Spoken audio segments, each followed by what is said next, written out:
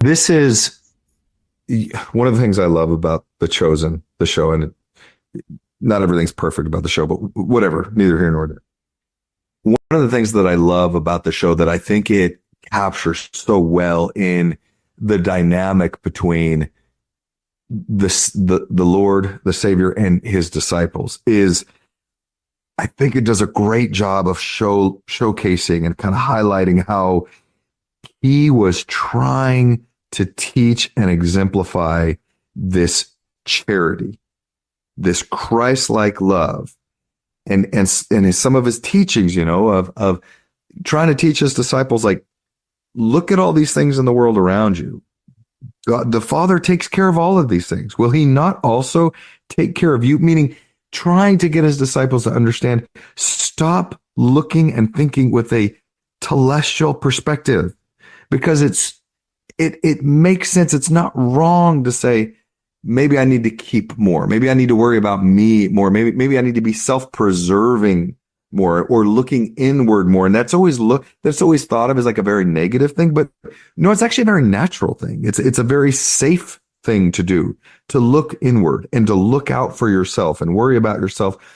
And you can even justify it by saying, well, if I'm not taken care of, how can I take care of others, right? If I'm not, how can I take care of others? Yeah, and this is the fine line that you can only discern with the Holy Ghost. No, that's right. Is that because, yes, there's a principle of self-sufficiency.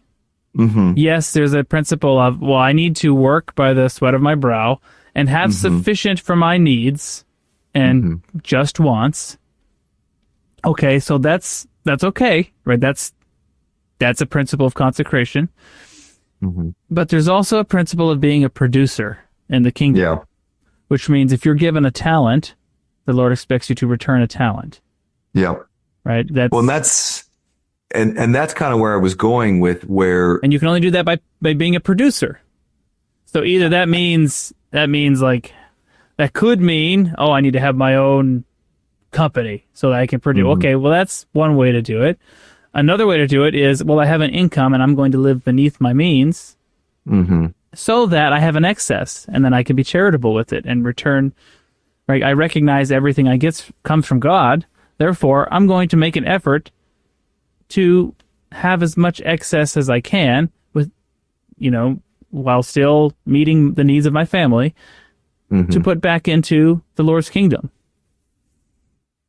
I mean, but that's the tricky thing, and this is why consecration can't be taught. Like, the principles are in the scriptures. Go read it.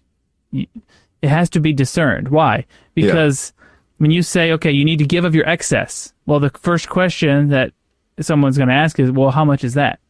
And the answer is, it's different for everybody. Yeah, I can't tell you what your excess is. You have to discern that through the Holy Ghost. You have to commune with God in prayer and determine what that is, so that you have a clear conscience between you and the Father. That's how it works. Yeah. And that means it's going to change over time, because today, what you can give in excess, you might say, hey, look, this is how much I have left. This is what I can give. And for a season, that might be what you can give in excess.